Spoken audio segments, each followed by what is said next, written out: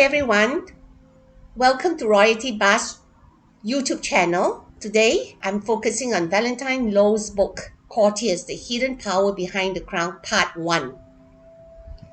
I want to look at the stunning bombshell claims about Harry and Meghan's Megxit. I spent more than 3 days reading the book from cover to cover, and I can say this book is really a treasure trove.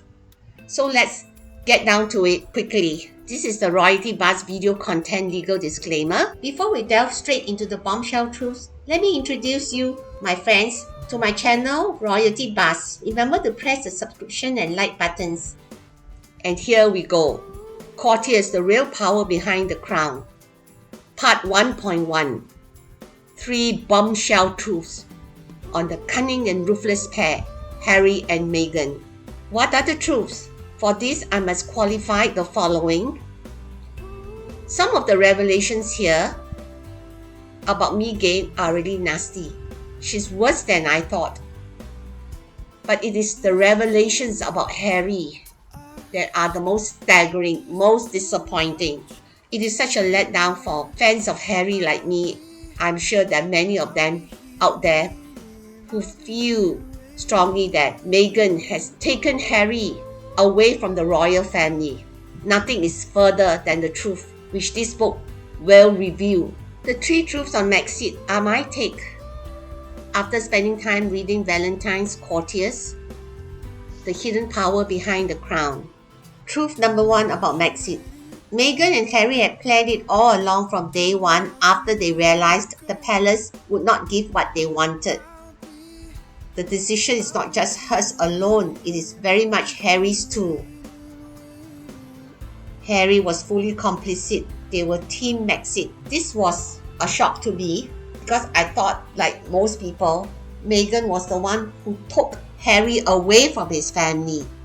She lured him. She was like the siren on the rock, luring sailors to their destruction, so to speak. That Harry was in it 100%. He was an enabler. He was a co-mastermind. Truth number 2, Harry is a miscreant. The book reveals Harry is a piece of work. He's foul-tempered, a miserable cow, ungrateful and impatient. He's capable of being nasty, and he has behaved nastily during the preparations for the wedding and on his overseas trips. He's irascible, spoiled, and horribly rude. In addition, he's suspicious, paranoid, and abrasive, indifferent to the effects of his words and behavior on people around him. He sowed misery, angst, and trepidation among people who work for him and those in his family. Boo! Horror Harry. Harry's frustrations are well documented in the book, especially pages 247 to 251. I've extracted some of them. Some of the frustration came from the division of responsibilities with his brother. Who would do the conservation jobs? Who would do the military stuff? A lot of it was general frustration with the system which he felt was holding him back. The older he got, the more confident he got in his mind and with ideas of what he wanted to do, said one source. He would question, why I had to do things? Why can't I do this? He would feel frustrated with the bureaucracy. Being told you cannot do that, it just really rattled him. When that was combined with his belief that he only had a shelf life of 10 years, it made him think, I'm being held back. I'm having my time wasted. It was an incendiary mixture. A shelf life of 10 years? Is this man crazy? Is this man off his rockers? Or is he just plain stupid? I'm just shocked. He's so illogical here. Then there's this beef with the press. As mentioned in the book, the palace did not practice sending out legal letters to media organizations, but it was where he wanted to go and where he has since gone. In the words of a source quoted in the book, he did get frustrated, very frustrated, page 248. Harry was fully complicit. They were Team Megxit from day one after their plan to set up an independent office in Windsor was rejected by the palace, which will be detailed in the next 2 slides. that come on. Now, I want to read about Harry's mistreatment of the staff. It has been reported that Meghan bullied her staff, but let me tell you, Harry was just as bad.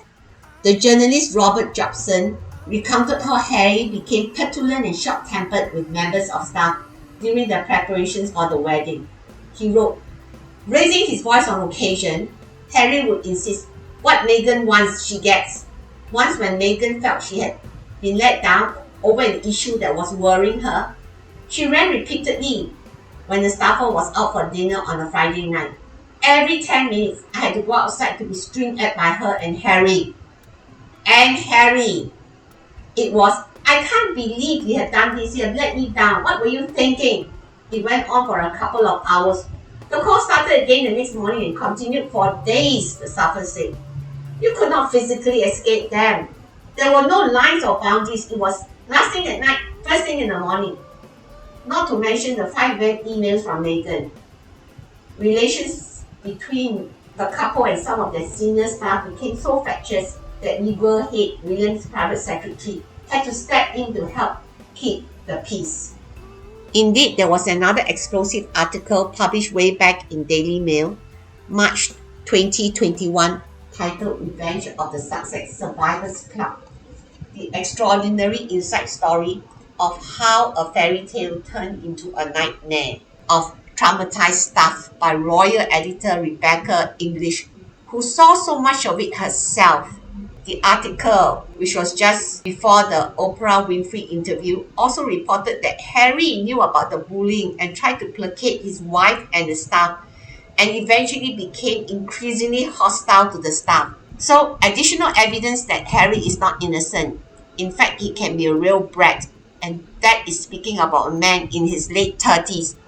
Boo, boo, boo, Harry, shame on you. A grown-up man behaving in such a disgusting manner. You're no better than your wife. Way before Meghan was in the picture, Harry was already a piece of work. Low 251268.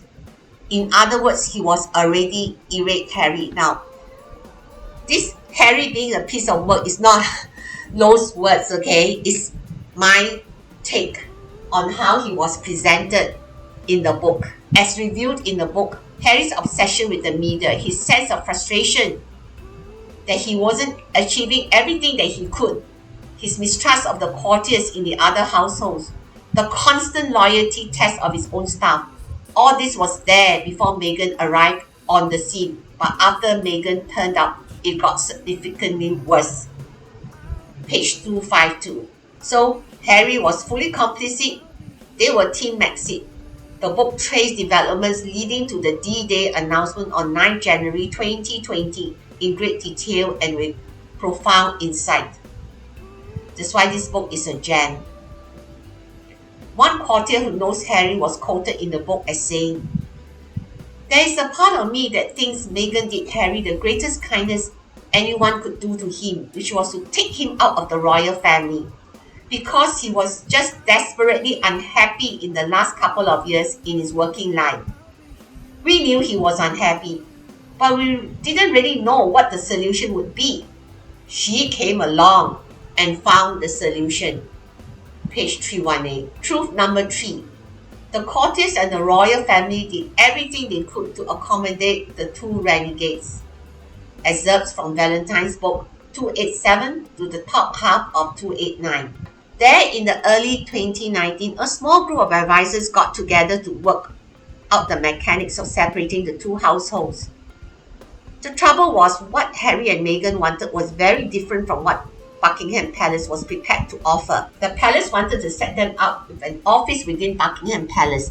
They felt they were pretty generous. We bent over backwards to try and accommodate them, said one senior palace official. We gave over the master's room, the master of the household, what was known as the master's corridor, to allow them to have a very effective office within Buckingham Palace. And it was a big team effort all round to try and help them and to give them all the encouragement we possibly could. I really respect the Queen and the royal family for doing all this for this self-entitled, demanding couple. Isn't that all about love? bending backwards to help them, going about in an unprecedented manner. And yet what did they get? My goodness, we all know, right? Truth number 3. The courtiers, as I have said, did everything they could to accommodate the two renegades. But it wasn't what Harry and Meghan wanted. In their vision, they would have their own setup, probably at Windsor Castle, near their new home of Frogmore Cottage. They wanted complete independence. If they were stuck in Buckingham Palace, subservient to the whole palace machinery, they would be no better than other lesser royals like the Duke of York or the Earl and Countess of Wessex. Well, the Sussex did at least get a big team. They didn't get a separate office in Windsor Castle. They get a big team which they were going to need, given the worldwide attention they were going to generate. It included a private secretary, 2 assistant private secretaries, a communication secretary, and 2 other communications officers, as well as administrative staff. Wow, wow, wow. Where else can you get staff of this size, a team of this size, fully paid for you? Come on, talking about ingratitude. We thought it was the right thing. They are going to be an asset for the institution, and they have got a lot to offer. If we can figure how to calm things down and show, then they are going to get support and resources as a priority, then it will work. But it couldn't. Pardon my typo error. Okay, this was the author interview shown on page 289. While the staff turnover continued to be very high, and incidents of Meghan's shocking pettiness, bad temper, and unreasonable behaviour all added to the body of evidence about her toxic character. Examples are peppered all over pages 268 to 272, 286, 292, etc. In the meantime, in 2019, Meghan already had her own American team negotiating with the bigwigs at Netflix. Remember, she's still in the palace, okay? But there were all these negotiations going on, and the staff were very uneasy about it. Her staff were very uneasy about it, okay? They were aware of the presence of her own team, her own special American team.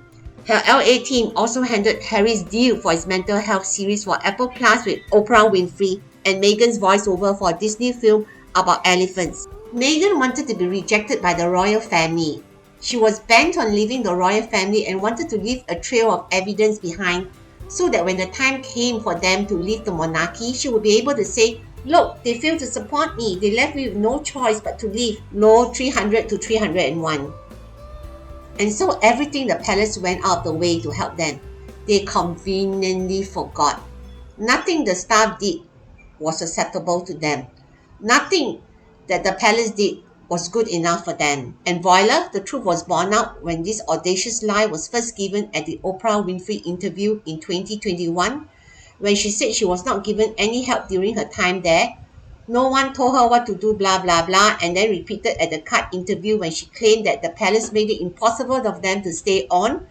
Anything to because just by existing, we were upsetting the dynamic of the hierarchy. So we go, okay, fine, let's get out of here. Happy to. The Sussex Survivor Club, the name Harry's and Meghan's team called themselves, consisted of core members Sam Cohen, Sarah Latham, Marnie Gaffney. They call Meghan a narcissistic sociopath. A succession of decent people, all of whom believed in Meghan, came and went. The high turnover was unprecedented in the palace. I've attached the link. This article was actually originally reported in the Daily Mail in March 2021, just before the Oprah Winfrey interview. Here I come to the last part of my video, which is part 1.2, which will consist solely of my thoughts on the revelations so far about the cunning and ruthless pair. Some of my thoughts on the truths revealed. At the Oprah interview in 2021, the lie about Catherine Middleton, Princess of Wales, making her cry is the biggest baloney. The part about her not getting any support at the palace is full of bull. As already pointed by Valentine Lowe's Courtiers, the hidden truth behind the crown. Well, what do you expect from Meghan Liar? It's all about her truth. I'm just wondering, what kind of role model would she be to her children if they read about her lies all outed on the internet when they are older? She's bad-tempered, vindictive, and abrasive, and very difficult to work with. She's such a chronic liar, I cannot help but call her mega liar. She could be unhinged in the way she's so obsessive about any perceived slights or offences. She's constantly darkening her skin, wearing clothes identical to the ones Wallis Simpson wore back in the 1950s, and a constant bashing of the royal family and hitting out at the late Queen tells me that she's crazy. There's something wrong with this woman. There's something not right up there. Yes, I will call her stir crazy. No wonder she does not like the word, as shown in the 5th podcast of Archetypes, the decoding of crazy blah blah blah. Because the word crazy fits her to a T. As for Harry, I'm saddened with the following revelations. Harry is an enabler as well as the core mastermind of all the attacks on the Queen and the royal family. He has stood solidly behind his Meghan, even though her lies have been exposed and she has continually attacked his family. The book also confirms for me that Harry does not believe in reining in his temper, displaying his insolence and violent outbursts with relish. He's overall very unpredictable. Hi, I hope you have learned much from my presentation. Lo's book is really a treasure trove, a gem. In the meantime, take care. Remember to press the subscription and like buttons. See you. Goodbye for now.